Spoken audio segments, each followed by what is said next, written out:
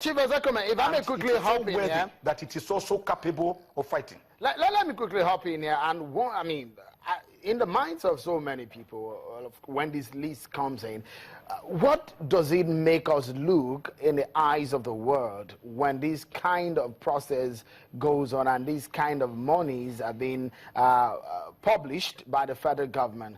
Does it redeem our image in the light of a corrupt nation that we've been branded in some quarters in the world?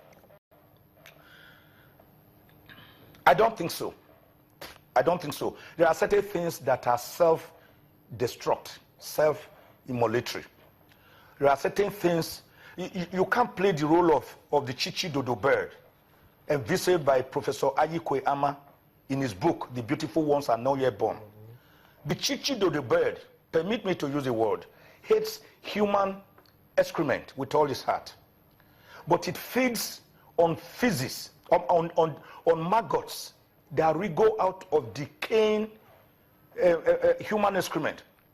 You say you do not like beans, but your best food is akara or moi moi. It is a contradiction in terms. If we want foreign investors, the first image we have to create and give to the outside world is an image of a country that is not corrupt. Not to talk of being fantastically corrupt, to use the word of the British Prime Minister.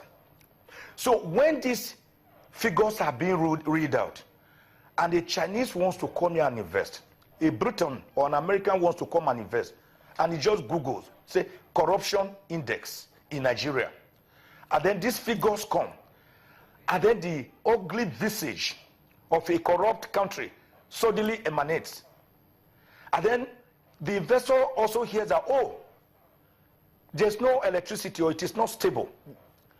Then the investor hears that, oh, there's so much insecurity from IPOD, from Boko Haram, from Niger Delta Avengers, from different aspects of the society. Then he asks the question, oh, what is the next thing? You know, an investor wants to come and invest and make profit. So, having compared Nigeria with another country like Ghana, with a small population, which is just nearby, and then he tries to Google, and they can't see these fantastically corrupt figures or people. If you are an investor, what would you do?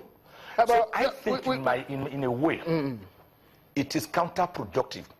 Corruption war to me should be fought steadily, like an armed robber going to stay. But again, I'm coming on such and such a day. Okay, just a moment. Quietly.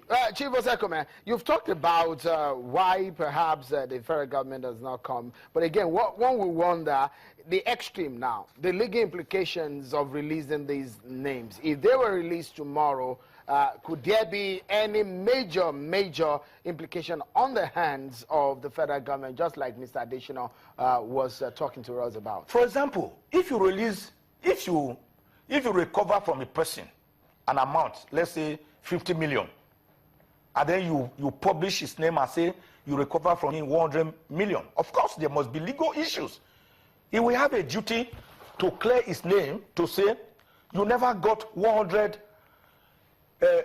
million naira from me. And if you release a person's name, for example, and the amount ascribable or ascribed to him, let's say 500 million naira, was merely an interim attachment. Don't forget that under the EFCC Act, if you look at section 6 and 7, they have a right, they can go to court, and section 8 also, they can go to court for an interim attachment so as to make sure that whatever sums are in an account are not taken away. Whatever properties are suspected to have been bought with stolen funds, which has been laundered, cannot be dissipated. That's just a mere interim attachment. That does not mean that at the end of the day, that the government will win the case, or that the money or property will actually be attached, taken from that person. Our criminal justice system remains the Anglo-Saxon version, which is accusatorial. By that, it is meant that it is the innocence of a person that is presumed. It is not inquisitorial, in which case it is the guilt of a person that is presumed. And that has been encapsulated in Section 36 of the Constitution of Nigeria, which is the ground norm. So, for example, you do not bandy figures or names of people that you say money has been recovered from when no such money has been recovered by a court of law. Only a court of law can carry out that duty. Any money is recovered unorthodoxly, by underhand, through threats, through intimidation, with lack of due process, without following the rule of law, without following the hallowed doctrine of separation of powers, ably espoused by Baron de Montesquieu in 1748, then that cannot be proper way of doing things. We can fight corruption, even still embracing the rule of law, because even the UNO has instrument to fight corruption, the African Charter of Human and People's Rights, the European Union. Corruption is not a Nigerian citizen. It's not an indigenous of Nigeria. In fact, corruption is a world citizen. It inhabits everywhere. Some of these countries that they say we are fantastically corrupt, most of them are even more corrupt than us. If you go to America and they talk about lobbying, what is lobbying? With which money do you lobby? Which is regarded as normal. You go to a restaurant and they say they even write it on the something, you must put down a tip. A tip is a glorification of bribery. You are saying I must bribe you because I'm going to eat here. But you see, the way they do it is that because they are wedded together as a nation and they want to keep forward a beautiful image that is investment friendly, they do it quietly underground and hide it from world view. All right. So everybody believes that, oh, Britain is not corrupt. America is not corrupt.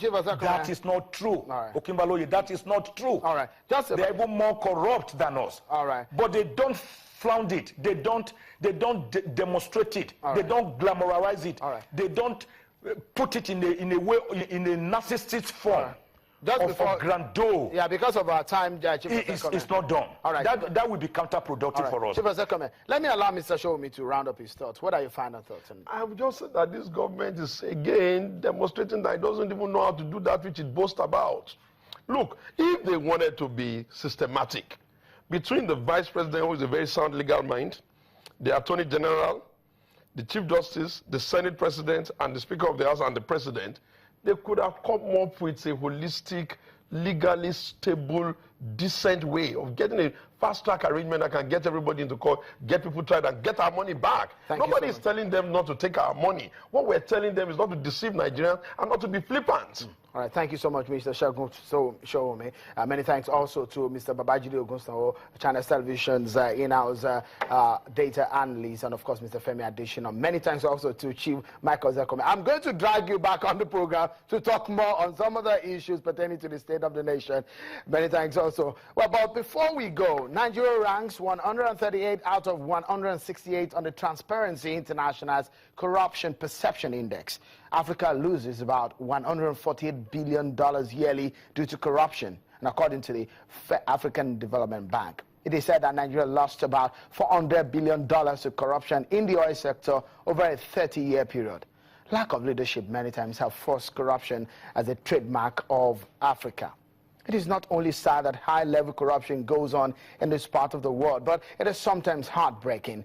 The lack of systems, controls, and checks are simply unavailable or ineffective.